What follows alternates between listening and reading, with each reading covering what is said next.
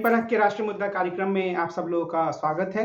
और 2 दिनों के अंतराल के बाद हम एक बार फिर से इस कार्यक्रम के साथ उपस्थित हैं। प्रोफेसर अभय कुमार दुबे हमारे साथ हैं और हम इनसे देश की राजनीति के बारे में कुछ प्रश्न करेंगे, एक समझ बनाने की कोशिश करेंगे। कार्यक्रम को आगे बढ़ाने से पहले मैं सभी दर्शकों से कहूँगा कि अगर अभी तक वो नई परख चैनल के साथ नियमित रूप से नहीं जुड़े हैं, उन्होंने हमारे चैनल को सब्सक्राइब नहीं किया है, तो वो हमारे साथ नियमित रूप से जुड़ें और चैनल को सब्सक्राइब करें। अभय सर नमस्कार। आज नरेंद्र मोदी की सरकार ने 3 नए लोगों को भारत रत्न देने की घोषणा की, नरसिम्हा राव, चौधरी चरण सिंह और वैज्ञानिक स्वामीनाथन को। आप उनके इस कदम को किस रूप में देखते हैं? क्या यह एक बहुत मजबूत राजनीतिक हथियार है, भारत रत्न? देखिए, वर्तमान राजनीतिक समस्याओं का प्रबंधन करने के लिए नरेंद्र मोदी ने ये कदम उठाया है। इसके पीछे कुछ दूरगामी इरादे भी हैं, लेकिन मुख्य तौर पर इनके पीछे इरादा ये है कि इस वक्त जिन राजनीतिक समस्याओं का सामना भारतीय जनता पार्टी कर रही है, उनको कैसे दुरुस्त किया जाए, जो उनकी कमजोर कड़ियां हैं उनको कैसे मजबूत किया जाए, ये काम है। अगर आप इसे व्यापक दृष्टिकोण से देखें तो ये भारतीय राजनीति की विडंबना है कि भारतीय जनता पार्टी सरकार इन लोगों को सम्मान दे रही है। अब आप देखिए, आप नरसिंह राव को देखिए। जब पीवी नरसिंह राव ने भूमंडलीकरण की शुरुआत की और एक उदारतावादी अर्थनीति लाए, तो उसका सबसे ज्यादा जमकर विरोध जिन लोगों ने किया, उनमें से भारतीय जनता पार्टी और राष्ट्रीय स्वयंसेवक संघ सबसे आगे थे। उन्होंने भारतीय मजदूर संघ ने, भारतीय किसान संघ ने, विद्यार्थी परिषद ने और स्वदेशी जागरण मंच ने, इन लोगों ने इस जो नरसिंह राव की नई अर्थनीति थी उसका जो विरोध किया वो इतिहास में दर्ज है। पहली बात। दूसरी बात, आप इनको देखिए, एम.एस. स्वामीनाथन को। एम.एस. स्वामीनाथन ने स्वामीनाथन कमेटी ने जो रिपोर्ट दी थी, इसके अंदर किसानों को एमएसपी और उनकी फसल की सही कीमत, लाभकारी कीमत देने का वायदा किया गया था, उन सिफारिशों को आज तक लागू नहीं किया गया है। और सरकार ये तक कह चुकी है अगर उन सिफारिशों को लागू किया जाएगा तो भारतीय अर्थव्यवस्था का कबाड़ा उड़ जाएगा, यानी भविष्य में भी उन सिफारिशों को लागू नहीं किया जाएगा। और उन एम.एस. स्वामीनाथन को इस सरकार ने भारत रत्न दिया। अब आप चौधरी चरण सिंह को देखिए। चौधरी चरण सिंह का मैं बड़ा प्रशंसक हूं, उनको भारत रत्न मिल गया, मैं उससे बहुत खुश हूं। लेकिन चौधरी चरण सिंह के और राष्ट्रीय स्वयंसेवक संघ और भारतीय जनता पार्टी के रिश्ते क्या थे?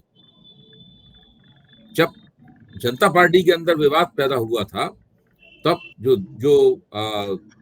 दोहरी सदस्यता का प्रश्न था वो चौधरी चरण सिंह ने उठाया था। और चौधरी चरण सिंह ने अपनी पार्टी के लोगों को स्पष्ट निर्देश दिए थे कि जहां कहीं भी भारतीय जनता पार्टी और राष्ट्रीय स्वयंसेवक संघ की कोई मीटिंग हो तो उसको होने न दिया जाए। इतनी कड़वाहट उन लोगों के बीच में थी।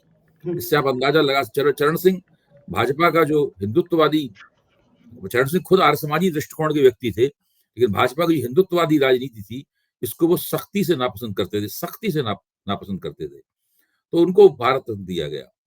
तो ये सब जो कुछ किया जा रहा है, मुझे नहीं लगता कि इसका किसी राजनीतिक श्रद्धा से या सम्मान से या किसी व्यक्ति के प्रति कोई भावना हो, उससे कोई संबंध है। ये सीधे सीधे जो राजनीतिक प्रबंधन भारतीय जनता पार्टी करना चाहती है, ये उसका अंग है। एक तरह से भारत रत्न के पुरस्कार को भारतीय जनता पार्टी ने काफी उसका मयार, उसका स्तर काफी गिरा दिया है। कर्पूरी ठाकुर को भारत रत्न दिया गया। अब बिल्कुल स्पष्ट है कि नीतीश कुमार के साथ जो उनकी सौदेबाजी हुई, भारत उसका हिस्सा था वो। जैसे ही उन्हें भारत रत्न दिया गया, नीतीश कुमार तुरंत एनडीए में चले गए। इसी तरीके से चरण सिंह को भारत रत्न दिया गया। वो जयंत चौधरी के साथ में जो सौदेबाजी हुई, जो डील हुई, ये उसका हिस्सा है। तो इस प्रकार से जब भारत रत्न जैसा देश का सर्वोच्च सम्मान बांटा जाता है, तो आप समझ सकते हैं कि दरअसल भारतीय राजनीति अपने किस विडंबनापूर्ण रूप में हम लोगों के सामने आ रही है। क्या हम यह कह सकते हैं कि आने वाले समय में बाल ठाकरे, करुणानिधि, प्रकाश सिंह बादल, एन.टी. रामाराव, ऐसे नेताओं और कांसीराम, इन सब नेताओं को भी भारत रत्न देकर एक तरीके से सरकार वोट साधेगी? ये सब इस बात पर निर्भर करता है कि नरेंद्र मोदी और उनके रणनीतिकार इनको भारत रत्न देने से कौन सा राजनीतिक फायदा उठाना चाहते हैं। अगर कांशीराम को भारत रत्न देने से मायावती एनडीए में आ सकती हैं या खुद मायावती अपनी पार्टी को भारतीय जनता पार्टी में उसका विलय कर सकती हैं या किसी और तरीके से फायदा पहुंचा सकती हैं, तो काशीराम को भी भारत रत्न दे दिया जाएगा। वैसे भी उत्तर प्रदेश में काशीराम की मूर्ति पर भारतीय जनता पार्टी के नेताओं वगैरह द्वारा माल्यार्पण किया ही जा चुका है। इसी तरह आप नंदमूरी तारक रामाराव को देखिए। अगर रामाराव को भारत रत्न देने से आंध्र प्रदेश में भारतीय जनता पार्टी की राजनीतिक गोटी लाल होती है तो उनको जरूर दे दिया जाएगा। मैं कई बार कह चुका हूं और बार बार इस बात को कहता हूं कि भारतीय जनता पार्टी सिर्फ और सिर्फ राजनीतिक लाभ के लिए और फौरी राजनीतिक लाभ के लिए, दूरगामी भी नहीं, फौरी अगर दूरगामी कुछ हित हो जाता है तो अच्छी बात है, लेकिन उसका कोई परवाह नहीं की जाती है। फौरी राजनीतिक लाभ के लिए ही कोई निर्णय लेती है, इसके अलावा उसके निर्णय लेने के पीछे और कोई कारण नहीं होता। क्या हमें ये मानना चाहिए या एक राजनीतिक विश्लेषक के रूप में आपको ये लगता है कि इस तरह के कदमों का सच में चुनावी फायदा होगा? मिसाल के तौर पर जाटों के साथ जो कुश्ती खिलाड़ी थे उनके साथ सरकार ने दुर्व्यवहार किया, किसानों के साथ उनकी नीतियां गलत रही। उसी तरीके से आंध्र प्रदेश में इनका कोई आधार नहीं है। लेकिन मैं देख रहा था कि मीडिया में जो पूरी चर्चा हो रही है वो उसी मूड में हो रही है कि एक बहुत मास्टर स्ट्रोक सा नरेंद्र मोदी ने असल में होता ये है कि राजनीति मौजूदा क्षण में होती है और निकट इतिहास भी राजनीति को कोई बहुत ज्यादा प्रभावित नहीं करता। वरना ऐसा क्यों होता है कि एक चुनाव में एक दूसरे को गालियां देते हुए एक दूसरे का गिरेबान पकड़कर झगड़ा करने वाले पार्टियां और नेता बिल्कुल 1 महीने बाद, 2 महीने बाद, 3 महीने बाद वो होने वाले चुनाव में गठजोड़ कर लेते हैं आपस में, और वो उस वक्त की जो तलखी है और एक दूसरे को जो बुरा भला कहते हैं उसको भूल जाते हैं। अभी देखिए ना, कर्नाटक के चुनाव में जनता दल सेकुलर के साथ में भारतीय जनता पार्टी का कितना झगड़ा था। आज भारतीय जनता पार्टी और देवगौड़ा दोनों ने लोकसभा चुनाव के लिए समझौता कर लिया। तो अब ना तो उनके कार्यकर्ताओं को कोई आपत्ति है, ना उनको। अभी बिहार में ही देखिए, नीतीश कुमार को सब लोग, एनडीए के सारे लोग, भारतीय जनता पार्टी के लोग क्या क्या कह रहे थे, कुर्सी कुमार, पलटू राम वगैरह। ये पलटू राम तो भाजपा का दिया हुआ शब्द है, और वही पलट के जब एनडीए में चले गए नीतीश कुमार, तब फिर सब लोग कह रहे हैं ठीक है, बढ़िया है, नीतीश कुमार के नेतृत्व में काम करेंगे। तो ये जो होता है, राजनीति मौजूदा क्षण में की जाती है। थोड़े दिन पहले क्या हो रहा था, कौन किसको क्या कह रहा था, कौन किसकी क्या आलोचना कर रहा था, इस बात की कोई परवाह नहीं की जाती। मुझे बड़ा देख के ताज्जुब होता है कि नीतीश कुमार की पार्टी के प्रवक्ता, उसमें एक बहुत वरिष्ठ प्रवक्ता है राजीव रंजन, और एक दूसरे और युवा प्रवक्ता हैं, वो अभी 2 दिन पहले तक जो भाषा बोल रहे थे, आज उसकी बिल्कुल उल्टी भाषा बोल रहे हैं। और न तब उनके चेहरे पे शिकन थी, ना आज उनके चेहरे पे शिकन है। ये जो पूरी राजनीति है, आप ही का एक शब्द है मनोवैज्ञानिक युद्ध। तो क्या इसे हम पहले आपने इसे नीतीश कुमार के तौर पर इस्तेमाल किया था उनके संदर्भ में, तो क्या इसे हम विपक्ष के संदर्भ में, विपक्ष मीडिया और सरकार के मनोवैज्ञानिक युद्ध के रूप में देख सकते हैं, जहां हर रोज कुछ ना कुछ होता है और विपक्ष हमेशा कोने में दुबका हुआ सा दिखता है? नहीं, विपक्ष तो हारता जा रहा है। ये जो साइकोलॉजिकल वार है, भाजपा का जो हमला है, विपक्ष हारता जा रहा है।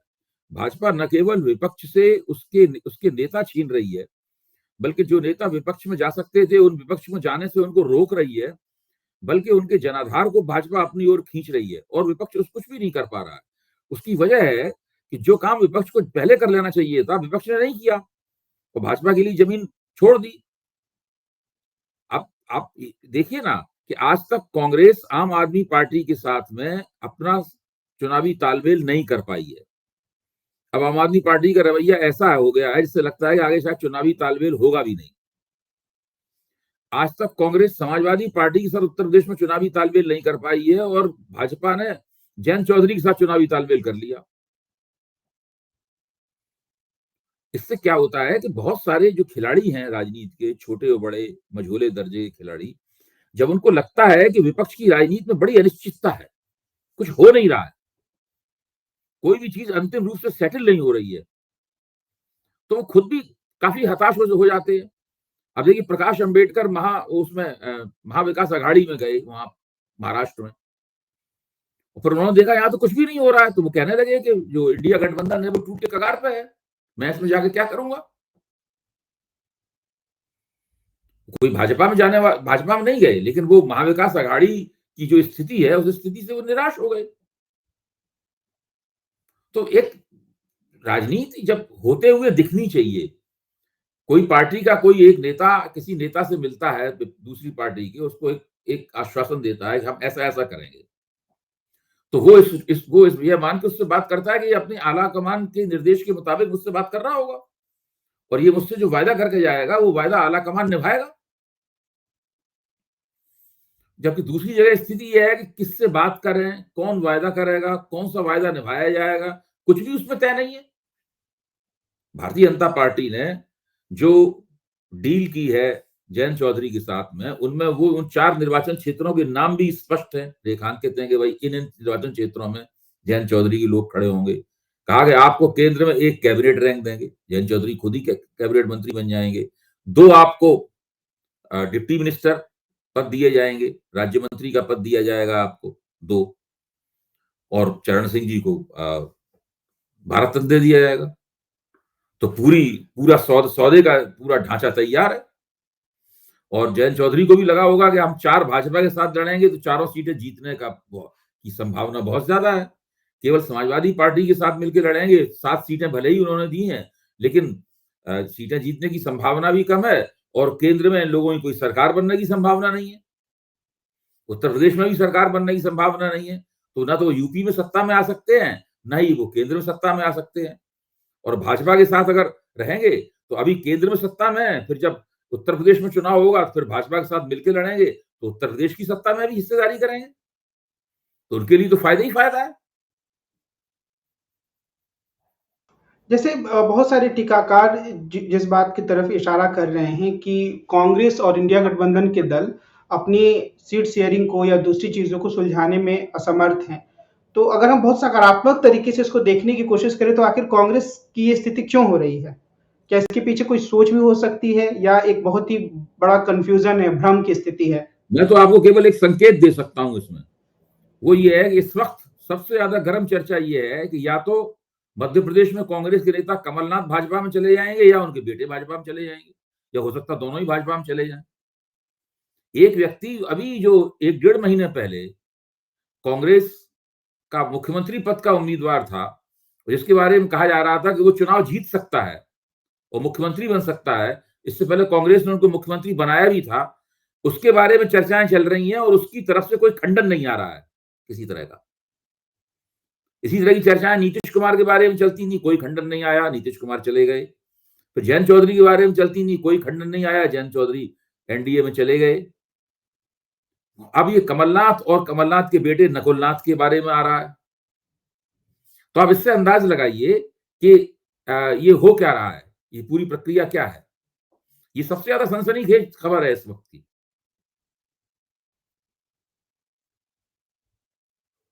तो ये सब कैसे देख सकते हैं? क्या कांग्रेस नेतृत्व की पूरी नाकामी से हम माने? नहीं, अब आप देखिए, कांग्रेस जिन लोगों को अपना मुख्य सिपहसालार बनाती है, वो लोग भाजपा में चुनाव हारने के तुरंत बाद जाने के लिए उनकी चर्चा चल रही है। कैसे अंदाजा नहीं लगता कि भाई कमलनाथ की कुछ भाजपा के साथ में साठगांठ रही होगी, उन्होंने कांग्रेस को जीता जिताया, चुनाव हरवा दिया। आप बताइए, 18 साल की या एंटी इनकम्बेंसी कांग्रेस परास्त नहीं कर पाई। इससे आप अंदाजा लगा सकते हैं कि वहां क्या क्या हुआ होगा और विपक्ष दरअसल किस स्थिति में है इस वक्त। तो विपक्ष जब इस इतनी खराब स्थिति में होगा तो वो क्या 2024 में नरेंद्र मोदी को चुनौती दे पाएगा? मतलब कुछ पता ही नहीं है। जिन लोगों से हम उम्मीद कर रहे हैं कि वो उन्हें चुनौती देंगे, पता चला कि नहीं, वो चुनौती देने की बजाय उनका तो कोई साठगांठ थी। इस प्रकार के संकेत मिलने लगते हैं तो आप क्या करेंगे? बिल्कुल। तो ये एक और जो कल एक घटना हुई थी, जो कि रोज होने वाली घटनाओं में से एक थी कि आज तक ने एक मूड ऑफ द नेशन करके सर्वे कराया, जिसमें नरेंद्र मोदी की कल्पना के अनुसार 400 सीटें तो पार नहीं हुई, पर ये कहा गया कि एनडीए को 335 सीटें मिल सकती हैं। और उसमें बिहार में उनको थोड़ा नुकसान दिखाया गया और महाराष्ट्र में काफी नुकसान दिखाया गया। तो क्या आपको यह लगता है कि जो एनडीए की स्थिति है अब उत्तर और मजबूत होती जाएगी या इसमें कुछ और कमी आने की गुंजाइश है? मुझे लगता है कि आज तक के सर्वेक्षण ने जो दिखाया है वो काफी कुछ हकीकत के नजदीक है। भारतीय जनता पार्टी के लिए इससे ज्यादा सीटें जीतना मुश्किल है। इससे ज्यादा सीटें वो तभी जीत पाएगी भारतीय जनता पार्टी जबकि दक्षिण भारत में भी उसका काफी प्रभाव बढ़े और दक्षिण भारत में वो काफी काफी कुछ करे। अब केवल पीवी नरसिंह राव को भारत रत्न देने से कुछ तेलंगाना में तो उन्हें वोट मिल नहीं आएंगे। अब आप देखिए ना, पिछले पश्चिम बंगाल के विधानसभा चुनाव से पहले प्रणब मुखर्जी को भारत रत्न दिया गया था, तो उससे कोई भाजपा के वहां पश्चिम बंगाल में वोट तो नहीं बढ़ गए। ममता बनर्जी ने उन्हें हरा दिया बुरी तरीके से। तो इन चीजों से कुछ संदेश दिए जाते हैं, हवा ठीक की जाती है और कभी कभी लाभ भी होता है। जैसे मुझे लगता है कि उत्तर प्रदेश में जो चरण सिंह को दिया गया है भारत रत्न, उससे भारतीय जनता पार्टी को सीधा सीधा लाभ होगा, बिल्कुल स्पष्ट रूप से वोटों के रूप में लाभ होगा और उत्तर प्रदेश में विपक्ष की जो पेशबंदी है वो बुरी तरीके से कमजोर हो जाएगी। तकरीबन कोई चुनौती रह नहीं जाएगी। तो कभी कभी ऐसा भी होता है और कभी कभी ऐसा होता है कि इससे कोई दूरगामी संदेश जाते हैं। जैसे कि मान लीजिए आप देखें, कर्पूरी ठाकुर, लालकृष्ण आडवाणी, पीवी नरसिंह राव और किसे भारत रत्न दिया गया है? आपकी आवाज नहीं आ रही है। स्वामीनाथन को और चौधरी चरण सिंह को। हाँ, और चौधरी चरण सिंह। इन 4 भारत रत्नों को आप देखें तो ये सारे के सारे लोग कांग्रेस की राजनीति को कमजोर करने की भूमिका उन्होंने निभाई है। ये सारे लोग मतलब पीवी नरसिंह राव के बारे में आप कह सकते हैं कि उन्होंने गांधी परिवार से कांग्रेस की कमान एक बार अपने साथ अपने खींच ली थी अपने पास।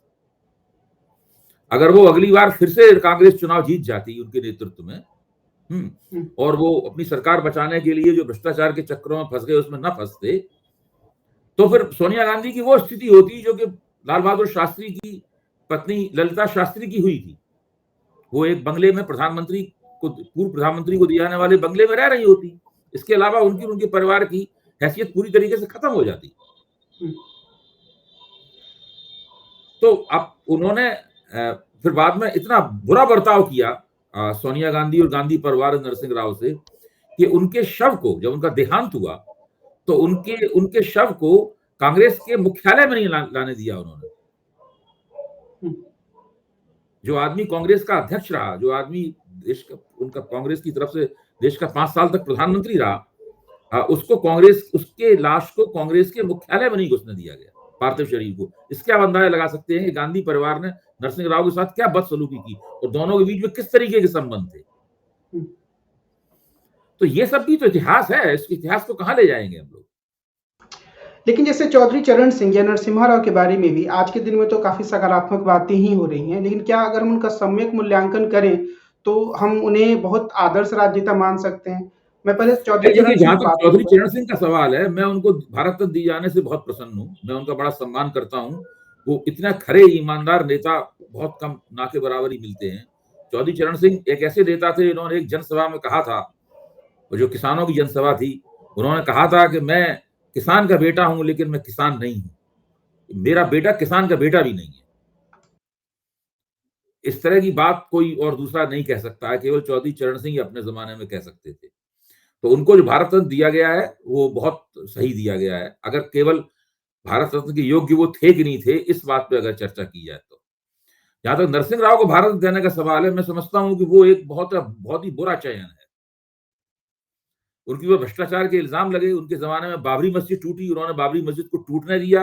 अभी देश के एक वरिष्ठ पत्रकार ने अपने के विक्रम राव ने हेमंत शर्मा की किताब की जो भूमिका लिखी है उसमें कहा है कि बाबरी मस्जिद टूट रही थी तो नरसिंह राव एक ऐसी पूजा, विशेष किस्म की पूजा कर रहे थे। इसका मकसद ये था कि बाबरी मस्जिद ठीक से टूट जाए। वो कुछ नहीं किया, वो केवल चुपचाप बैठे रहे। अगर उन्होंने बाबरी मस्जिद न तोड़वाई होती अपने प्रधानमंत्रित्व में, तो आज नरेंद्र मोदी को राम मंदिर की प्राण प्रतिष्ठा करने का मौका नहीं मिलता। इस हिसाब से तो मोदी जी के लिए उपयुक्त चरित्र हुए। हाँ, बिल्कुल मोदी जी के लिए तो उपयुक्त है ही, लेकिन मैं बता रहा हूं कि भारत रत्न के योग्य हैं कि नहीं, मैं ये कह रहा हूं। इस तरह चौधरी चरण सिंह भारत रत्न के योग्य हैं, उस तरीके से नरसिंह राव भारत रत्न के योग्य नहीं है, ये मैं कह रहा हूं। कर्पूरी ठाकुर भारत रत्न के योग्य थे, लेकिन वहां भी विडंबना है। कर्पूरी ठाकुर ने जब आरक्षण लागू किया तो उनकी सरकार का समर्थन कर रहे जनसंघियों ने उनके साथ क्या सलूक किया, हम सभी को मालूम है। उनकी वजह से ही उनकी सरकार गिरी। तब कितनी बुरे शब्दों में कर्पूरी ठाकुर को याद किया जाता था। तब 5 जन में और ऑर्गेनाइजर में क्या लिखा गया था उनके खिलाफ कि यह आदमी शूद्र क्रांति कर देना चाहता है। ये आरोप लगाया गया था उनके ऊपर। इससे आप अंदाजा लगा सकते हैं ये सारे भारत रत्न जो दिए गए हैं ये विडंबनापूर्ण है। और लाल कृष्ण आडवाणी को फिर हम इसी सूची में शामिल कर सकते हैं अगर। लाल कृष्ण आडवाणी को तो भारत रत्न इसलिए दिया गया है ताकि इनके ऊपर एक स्पष्ट आरोप था कि इन्होंने राम मंदिर आंदोलन के जो पुराने राम मंदिर आंदोलन के जो संस्थापक और उसे काफी दूर तक ले जाने वाले जो लोग नेता थे उन सबको भुला दिया है। उस आरोप से बचने के लिए और अपनी पार्टी के अंदर जो इस तरह की बात उठ रही थी उस बात का शमन करने के लिए उनको भारत रत्न दिया गया है। हालांकि आज मैं ये देख रहा था एक प्रोग्राम में कि भारत रत्न देने के संबंध में नियम यह है कि 1 साल में 3 व्यक्तियों से ज्यादा को नहीं दिया जाएगा। तो अगर ये मामला कहीं चुनौती इसको मिलती है तो ये भी एक संदेह के घेरे में आ सकता है। अरे अगर मान लीजिए चुनौती मिलती है और किसी से भारत रत्न वापस करवा लिया गया तो अगली बार जब वो सरकार में आ जाएंगे तब दे देंगे। उन्होंने तो अपनी राजनीतिक गोटी जो लाल करनी थी वो तो कर ही ली घोषणा करके। जी। आज की बातचीत को हम यहीं विराम देते हैं। हम कल फिर मिलेंगे और देश की राजनीति से जुड़े प्रमुख मुद्दों पर प्रोफेसर अभय दुबे से बातचीत करेंगे। आज की बातचीत के लिए सर आपको बहुत बहुत धन्यवाद। नमस्कार।